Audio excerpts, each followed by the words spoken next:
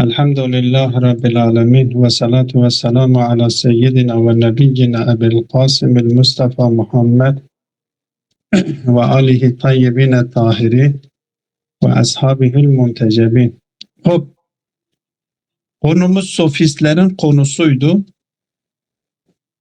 Allame bir önceki derste sofistleri kısımlandırdı. 5 grupta bunları değerlendirdi. Birinci grup, bir söylemiştik. Kendisi şek ediyor. Yani hakkında bilgi etmiş olduğu şey hakkında şek ediyor. Yani bilgi midir, değil midir? Gerçek midir, değil midir? Bağlamında şek ediyor. Bu birinci grup bu şek ettiğinin şekkinde şek etmiyor. Zaten kendisi eğer kendisinin şek etmiş olduğu şekkinde şek etmiyorsa o zaman şekki hakkında bilgi sahibidir. Şekki hakkında bilgi sahibi olduğu zaman kendisinin şekkine olan bilgisi huzuri bilgidir, vicdanidir.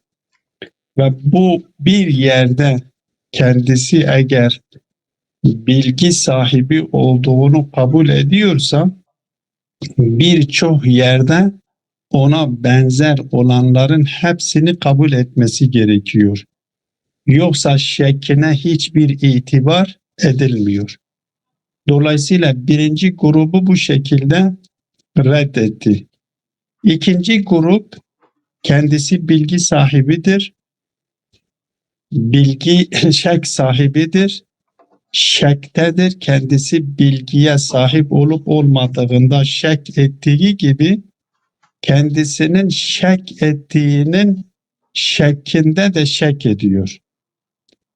Bu eğer şekkinde de şek ediyorsa bu artık ya zihninde bir halel gelmiş, beyninde bir halel vardır, hastadır ve hasta olduğu için bir şekilde doktora gitmesi gerekiyor, kendisini tedavi etmesi gerekiyor. Şimdi onunla konuşmanın bir anlamı söz konusu değildir.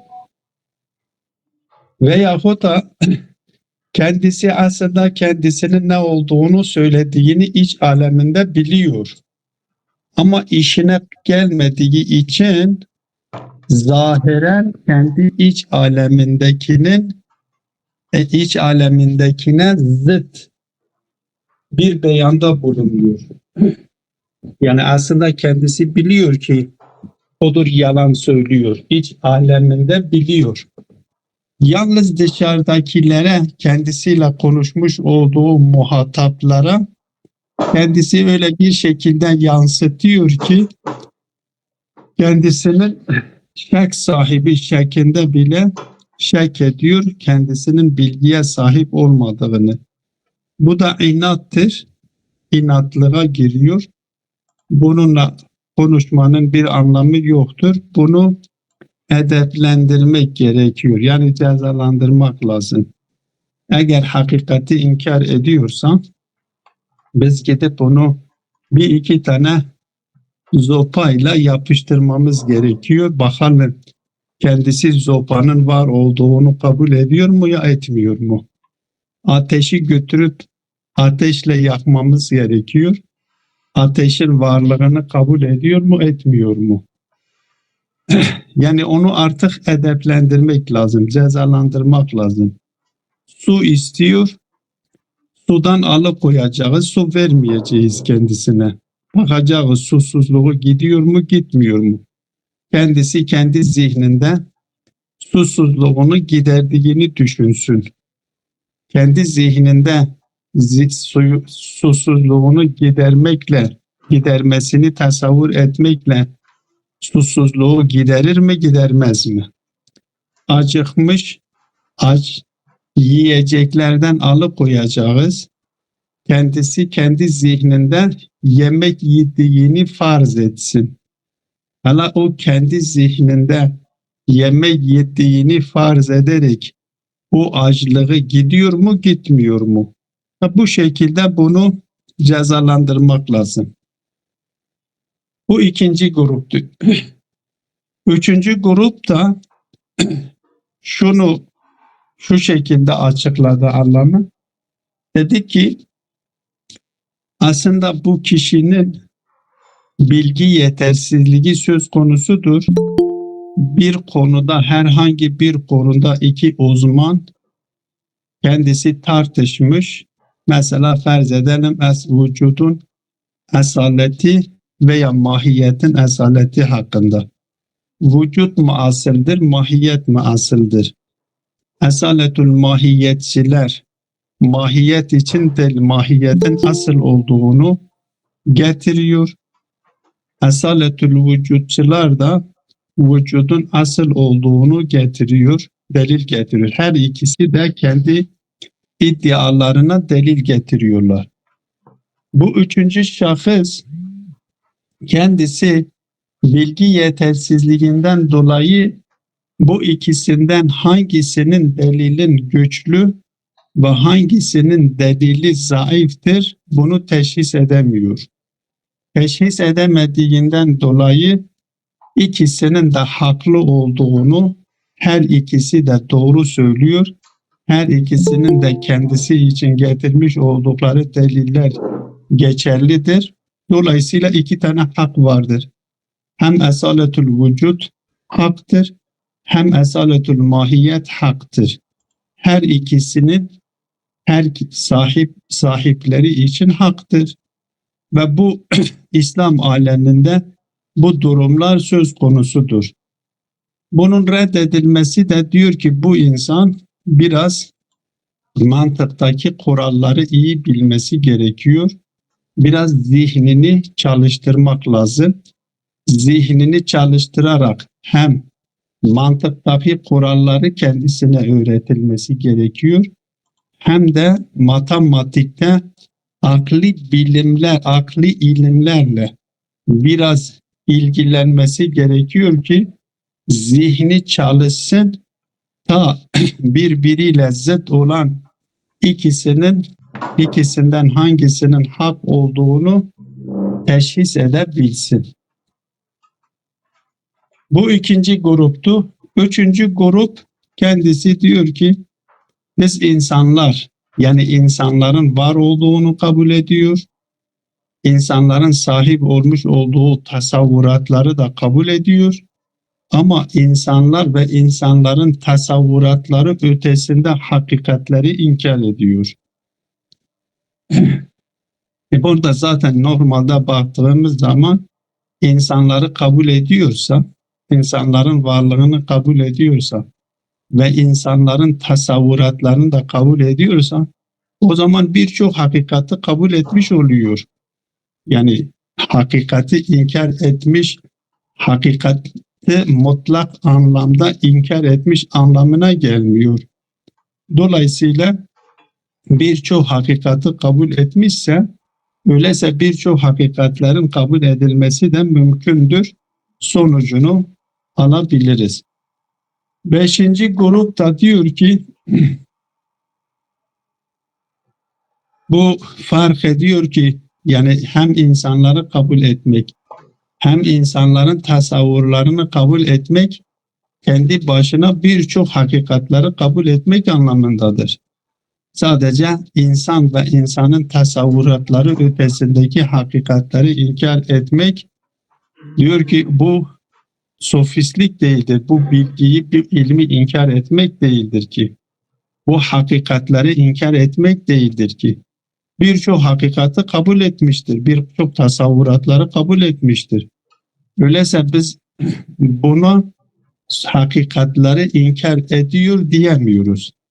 Şek sahibidir diyemiyoruz. Birçok hakikati kabul etmiştir. Eğer birçok hakikati kabul etmişse o zaman birçok hakikatleri de kabul edebiliriz. Bunu fark ettiği için geliyor ki diyor biz insanlar değil de ben ve benim tasavvurum, sadece benim varlığım hakikattir ve benim tasavvurum hakikattir. Biz ve bizim bizim tasavvurlarımızı değiştirerek ben ve benim tasavvuratlarım diyerek tek bir hakikat, nitekim iki hakikat. Bir, kendisinin varlığını, iki, kendi tasavvurun varlığını. Bunu da kabul ediyorsa en azından bir tane hakikati kabul etmiş oluyor. Bir tane hakikati kabul ettikten sonra birçok hakikati de kabul etmek zorundadır. Bunu Allame bu 5 tane grupta açıklıyor. Aslında onların cevapların hepsi kendilerindedir. Ancak ikinci grupta sadece mutlak bir şüphecilik söz konusudur. Mutlak bir şekçilik söz konusudur. Ve o ikinci grubu da normalde tembih etmek gerekiyor. Onunla cedelleşmenin bir anlamı söz konusu değildir.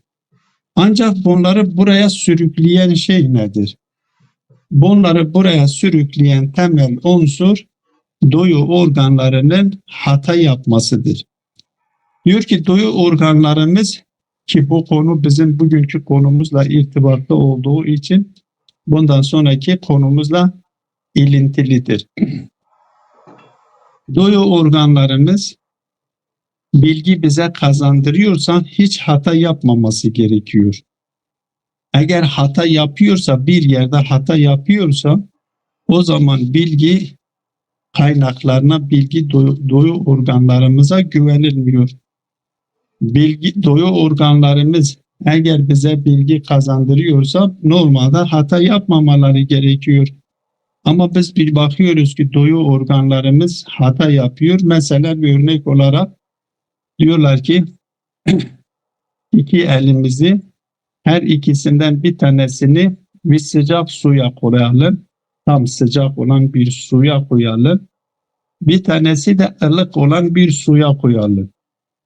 5 dakika içinde tuttuktan sonra her iki elimizi çıkarıp her iki elimizi aynı suya koyacağız. O çok sıcak suda olan elimiz o suyu çok soğuk hissediyor. O ılık suda olan elimiz ise o ikinci suyu normal hissediyor. Yani çok soğuk hissetmiyor, normal hissediyor. Her iki elimizi bir suya koyduğumuz halde aynı su olmasına rağmen ama bir elim o suyu çok soğuk hissediyor, bir elim de onu normal hissediyor. Bu gösteriyor ki bizim duyu organlarımız hata yapıyor. Eğer duyu organlarımız hakikati idrak etmek için olmuş olsaydı bunlar hata yapmamaları gerekiyor. Hata yaptıklarından dolayısıyla biz bilgi edinemiyoruz diyorlar. Onları buraya sürükleyen budur. Ki bunun cevabını da zaten söylemiştik. Allame de burada cevap vermiştir. Gerçekten bu nokta aslında onlar bir anlamda söyledikleri şu nokta doğrudur. Yani eğer duyu organlarımız bilgi için bize verilmişse hata yapmamaları gerekiyor. Bu nokta doğrudur. Ama hata yapmak için getirmiş olduğu örnek çok yanlış bir örnektir. Orada büyük bir muhalete vardır. İki el, bir el sıcaklığa alışkanlık kazanmış, birisi de ılığa alışkanlık kazanmıştır. Her ikisini bir suya koyduğunuz zaman tabii olarak, doğal olarak farklı sana gösteriyor. Şartları bir değildir. Şartları bir olmadığı için ikisinin aynı şekilde aynı şekilde yansıtması yanlıştır. Doğru aynı şekilde sana yansıtırsa doğru değildir.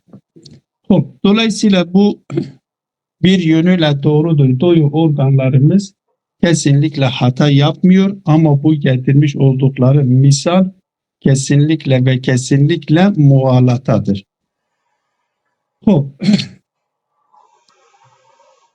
Bugünkü konumuza gelince, bugünkü konu nedir? önceki konunun devamıdır. Şimdi duyu organlara bu son iki görüş safsatayla hiçbir ilişkisi yoktur diyor. Bugünkü konumuzla ilgili olan şudur. Bu son iki görüş safsatayla hiçbir ilişkisi yoktur deniliyor. Bunların dedikleri ve ortaya koydukları algı ve anlayış farklıdır. Yani sofistlerle aynı değildir. Bunlar şöyle diyorlar.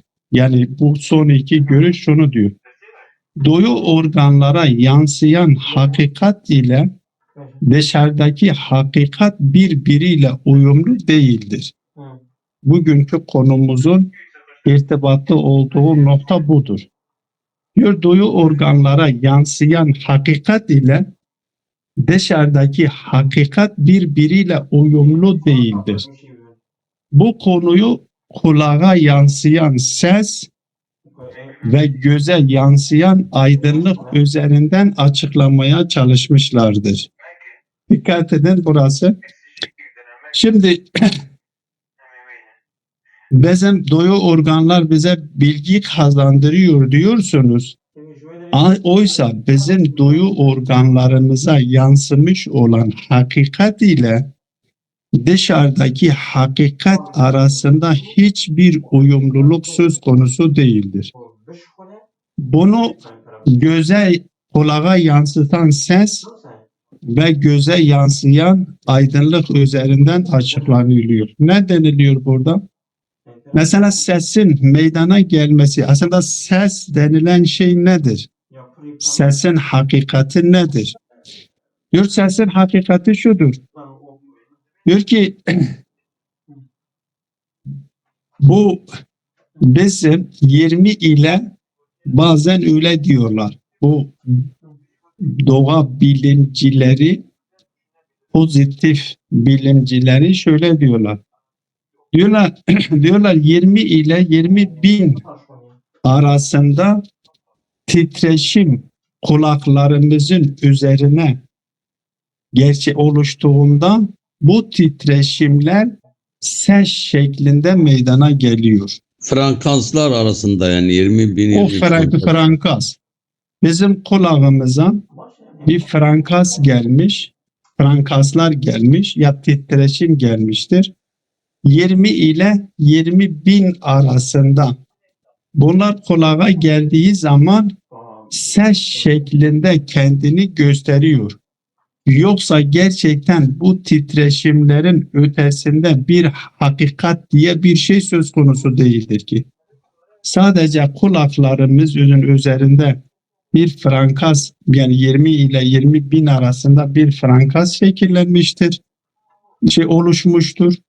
Ve bu frekansın bu şekilde oluşmasıyla bunları biz ses olarak algılıyoruz. Yoksa bunun ötesinde bir hakikat vardır. Ve o hakikatten bu ses çıkmış ve biz o sesi duyuyoruz diye bir şey söz konusu değildir. Gözlerin üzerinde belli sayıda, bunu da diyorlar 350 trilyonla 700 trilyona ulaşan titreşimler bu kulaklarımızın üzerinde oluştuğunda gözlerde aydınlık ve renk şeklinde tezahür ediyor. Yoksa dışarıda renktir, bir gerçeklik vardır, dışarıda bir şekildir, bir şekil vardır diye, bir aydınlık vardır diye bir şey söz konusu değildir. Gözlerimizin üzerinde 350 trilyon ile 700 trilyona ulaşan bir titreşim ile gözlerimize bir aydınlık ve bir renk şeklinde tezahür ediyor. Dolayısıyla ne kulakların ötesinde bir hakikat söz konusudur, ne de gözlerin ötesinde bir hakikat söz konusudur. Hakikat diye bir şey söz konusu değildir. O gözlerimizin, kulaklarımızın üzerindeki gerçekleşmiş olan bu ses ile aydınlık ve renkler bu şekilde ise diğer organlarımız da aynı şekildedir. Ve diğer organlarımızın ötesinde de bir hakikat diye bir şey söz konusu değildir. Bunu bu şekilde açıklamaya çalışıyorlar. Bunu tatbik edelim.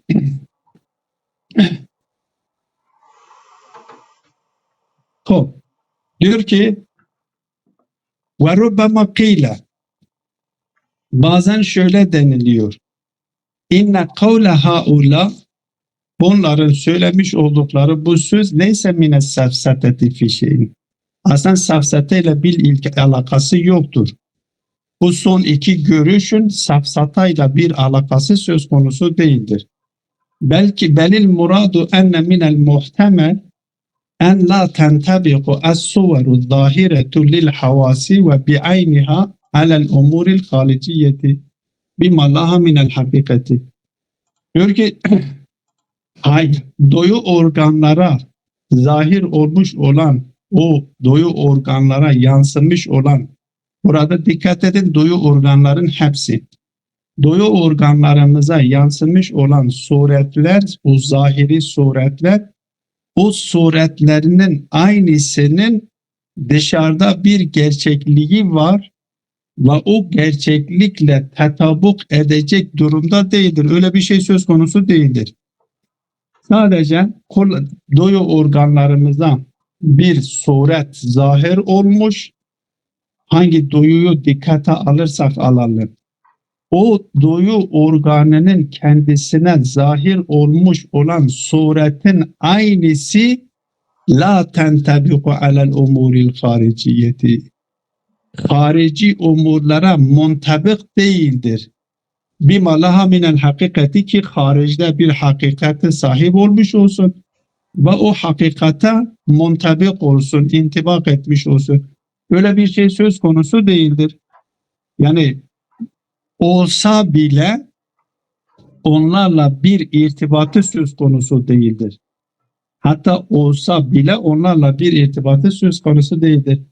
Bunu o söylediğimiz kulak ve kulağa yansımış olan ses ile göze yansımış olan aydınlık ve renk üzerinden açıklıyor.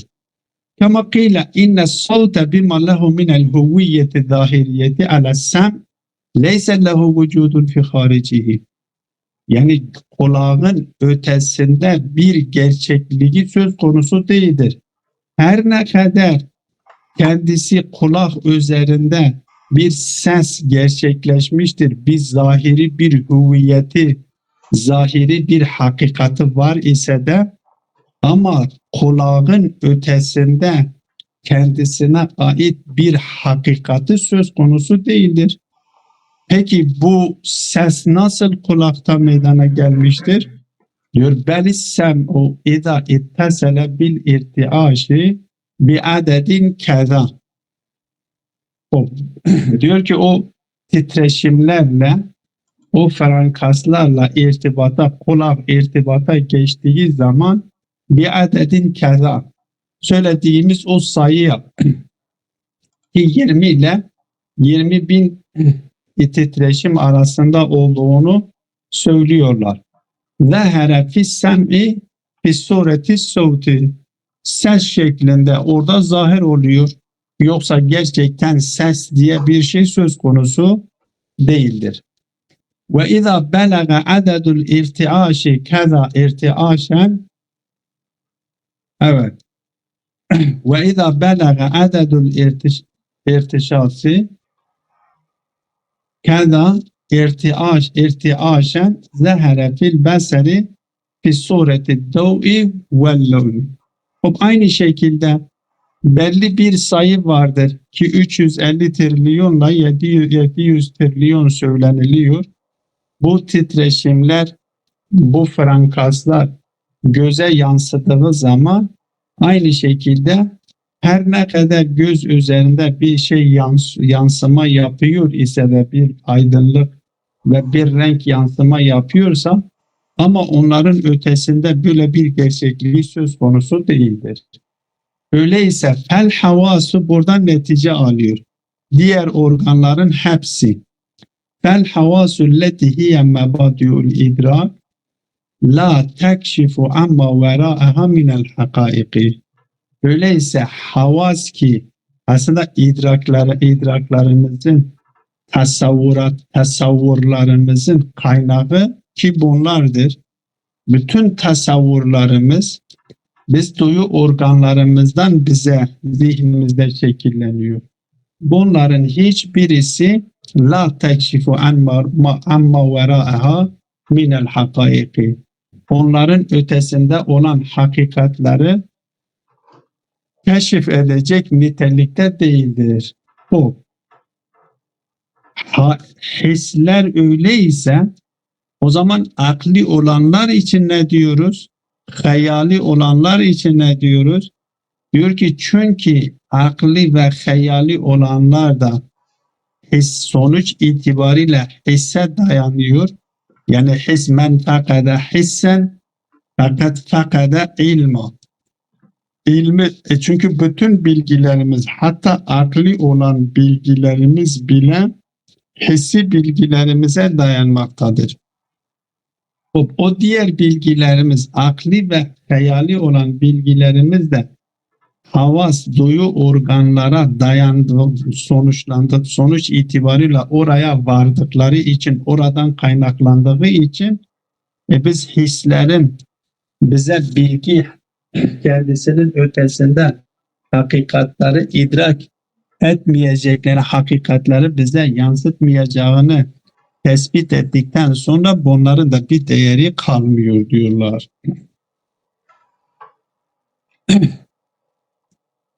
Allame bunun cevabını veriyor. Bunu cevaplandırıyor. Diyor ki, peki eğer bizim gerçekten bu bilgilerimiz eğer dışarıdaki hakikatle bir öte hakikatin yani hislere yansımış olan o suretlerin ötesinde gerçeklikleri yok ve o gerçekleriyle mutabakat edip etmeyeceği üzerinden ki hata olduğunu biz anlıyoruz. Eğer böyle o gerçeklikleri söz konusu değilse hata yaptığımızı nereden biliyoruz? Hata yaptığımızı da bilmememiz gerekiyor. O zaman eğer gerçekten duyu organlarımızın zihnimizde şekillenmiş olan suretlerin ötesinde hakikatler söz konusu değilse o zaman bizim hata yapıp yapmadığımızı nereden biliyorsunuz? Biz aslında hata yapıp yapmadığımızı bilmiyoruz. Bu bir cevaptır. Allame bu cevabı veriyor ve ikinci olarak aslında o titreşimlerin kendisi, titreşim nereden gelmiş? O titreşime kaynaklık yapan şey ne? Titreşimin kendisi o savutun aynısı değildir ki. O titreşim siz diyorsunuz ki mesela 20 ile kaç titreşim söz konusu olduğu söylüyorlar. Peki bu kaç, bunları nereden getirdiniz? Bu nereden geldi? Bu kaç tane titreşimin olduğunu nereden çıkardınız? Dolayısıyla bu şekilde Allame cevap veriyor. Diyor ve fihi ennel idrakati iza furidat gayre kaşifetin amma vera'aha.